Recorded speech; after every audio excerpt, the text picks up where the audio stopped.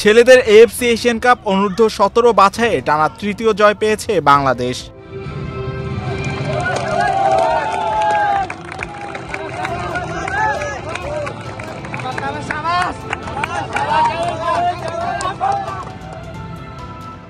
শ্রীলঙ্কাকে 5-0 গোলে হারিয়েছে লাল সবুজের যুবারা। এই জয়ে এ গ্রুপে চীনকে সরিয়ে শীর্ষে উঠেছে নাজমুল হুদা ফয়সালের দল।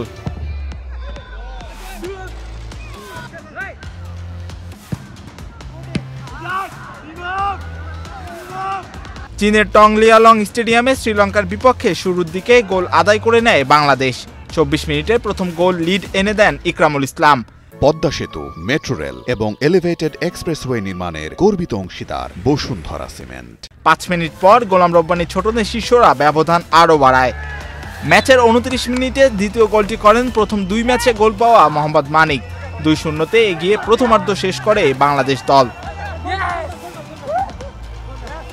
বিরতির পর আরও 3 গোল আদায় করে বাংলাদেশ। শ্রীলঙ্কা পরে আর ম্যাচে ফিরতে পারেনি। ফলে 3 ম্যাচে 3 জয়ে 9 পয়েন্ট নিয়ে এ গ্রুপের শীর্ষে উঠে এসেছে লাল সবুজের প্রতিনিধিরা।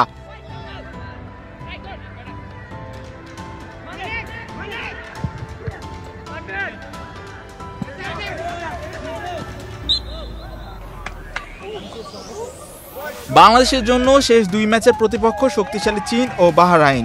এই 2 ম্যাচেই আসল পরীক্ষায় পড়তে যাচ্ছে গোলাম রব্বানী ছোটনের শিষ্যরা। লাল সবুজের যুবারা বড় প্রতিপক্ষদের বিপক্ষেও জয়ের ধারা ধরে রাখতে পারে কিনা সেটাই এবার দেখার পালা। প্রথমে আমি ধন্যবাদ জানাই আমার ছেলেদেরকে।